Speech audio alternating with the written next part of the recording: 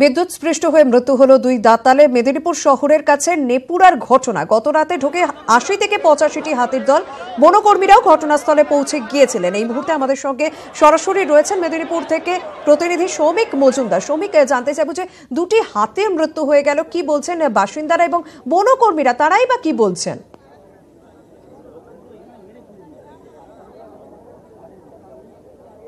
দেখো, গতকাল রাত্রি প্রায় 12:30 থেকে 1টা নাগাদ হঠাৎই নেপুরাতে যে আলুর জমি রয়েছে সেখানে হঠাৎই দুটি হাতির খুব জোরে আওয়াজ শোনা যায় এবং তারপর সেখানকার মানুষরা দেখেন যে ইলেকট্রিকের তার দিয়ে আগুন জ্বলছে এবং সকালে এসে দেখা যায় যে এই দুটি হাতি মরে পড়ে আছে। এই দুটি হাতি পূর্ণবয়স্ক এবং দুটি পুরুষ হাতি। এবং যেমনটা গ্রামবাসীদের অভিযোগ যে এই উপর দিয়ে যে হাই টেনশনের তার গেছে, এই হাই টেনশনের তার লেগেই কিন্তু বিদ্যুৎস্পৃষ্ট হয়ে হাতি দুটি মারা গেছে। এবং আমি যদি দেখাতে পারি তোমাকে, তো তুমি দেখবে এই সামনে যে লোকগুলো দাঁড়িয়ে আছে তাদের কাছেও কিন্তু তাদের মাথার উপরে 2-3 ইঞ্চির উপরেই শুধুমাত্র তারটা ঝুলছে। গ্রামবাসীরা দীর্ঘ বেশ কয়েক বছর ধরেই কিন্তু বিদ্যুৎ দপ্তরে জানিয়েছিলেন যে এখানে এই দুটি খুঁটির মাঝে এই তারগুলো এইভাবে ঝুলছে, কিন্তু বিদ্যুৎ দপ্তরের বিরুদ্ধে অভিযোগ যে তারা কোনো পদক্ষেপ নেয়নি এবং গ্রামবাসীদের অভিযোগ যে বিদ্যুৎস্পৃষ্ট হয়ে হাতিগুলি মারা গেছে এবং এর জন্য বিদ্যুৎ দপ্তরকেই তারা দায়ী করছেন। ইতিমধ্যেই এখানে এসে গেছেন ফরেনসিক টিম এবং ডিএফও রবীন্দ্রনাথ সাহা, তিনিও এসেছেন। আমরা একটু কথা বলবো ডিএফও স্যারের সাথে। স্যার, এখানে যে হাতি দুটো মৃত্যু হয়েছে, কি বলবেন, এটা কিভাবে হলো?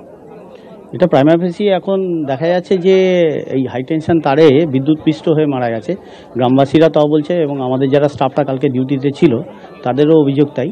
এখন ব্যাপারটা ইনভেস্টিগেশন পর্যায়ে রয়েছে, এখন ইনভেস্টিগেট করে বোঝা যাবে। আর ডাক্তারবাবুরা এসছেন, সব পোস্টমর্টম হবে, পোস্টমর্টম পরে কনফার্মেশন রিপোর্টটা পাওয়া যাবে। বয়স আনুমানিক কত? এগুলো পূর্ণবয়স্ক দুটোই মেল টাস্কার আছে। আনুমানিক বয়স প্রায় 25 থেকে 30 বছর বয়সের মধ্যে হবে। আমরা কথা বললাম ডিএফও স্যারের সাথে এবং জানতে পারলাম যে তারা তদন্ত শুরু করেছে। এই মুহূর্তে তদন্ত চালানো হচ্ছে এবং কিভাবে এই ঘটনাটি ঘটলো তা অবশ্যই তদন্ত করে দেখা হবে। অনেক ধন্যবাদ সৌমিক। মাছ চাষে উৎসাহ যোগাচ্ছে রাজ্য সরকার। মৎস্যজীবীদের দেওয়া হচ্ছে মাছ, চুন ও মাছের খাবারও। নদিয়া হরিণঘাটা ব্লকের 30 জন মৎস্যজীবী মৎস্য দপ্তরের এই উদ্যোগে উপকৃত। একদিকে মাছের চাষ বাড়ানো, আরেকদিকে মৎস্যজীবীদেরও লাভ বাড়ানো, 2 লক্ষ্যেই উদ্যোগী রাজ্য সরকার।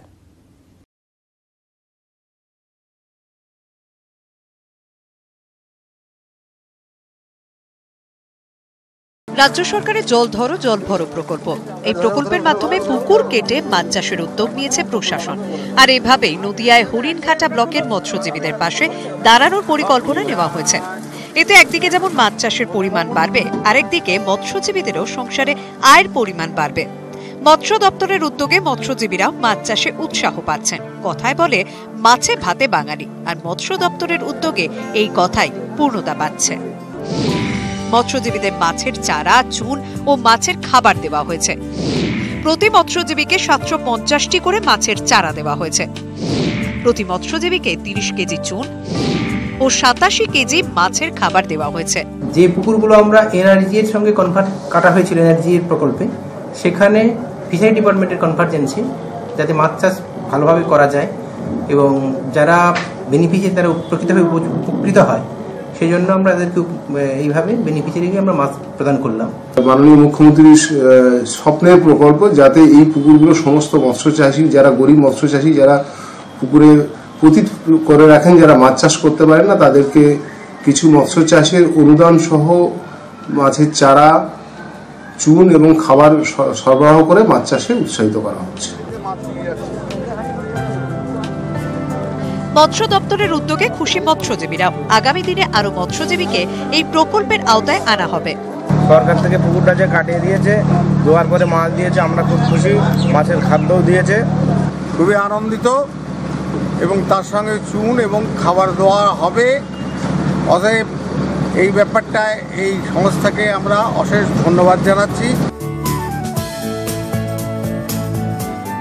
মৎস্য চাষে উৎপাদন বাড়াতেই উদ্যোগী হয়েছে রাজ্য সরকার। কোন জেলায় মৎস্য সঞ্চার প্রকল্পের মাধ্যমেও মৎস্যজীবীদের সহায়তা করা হচ্ছে।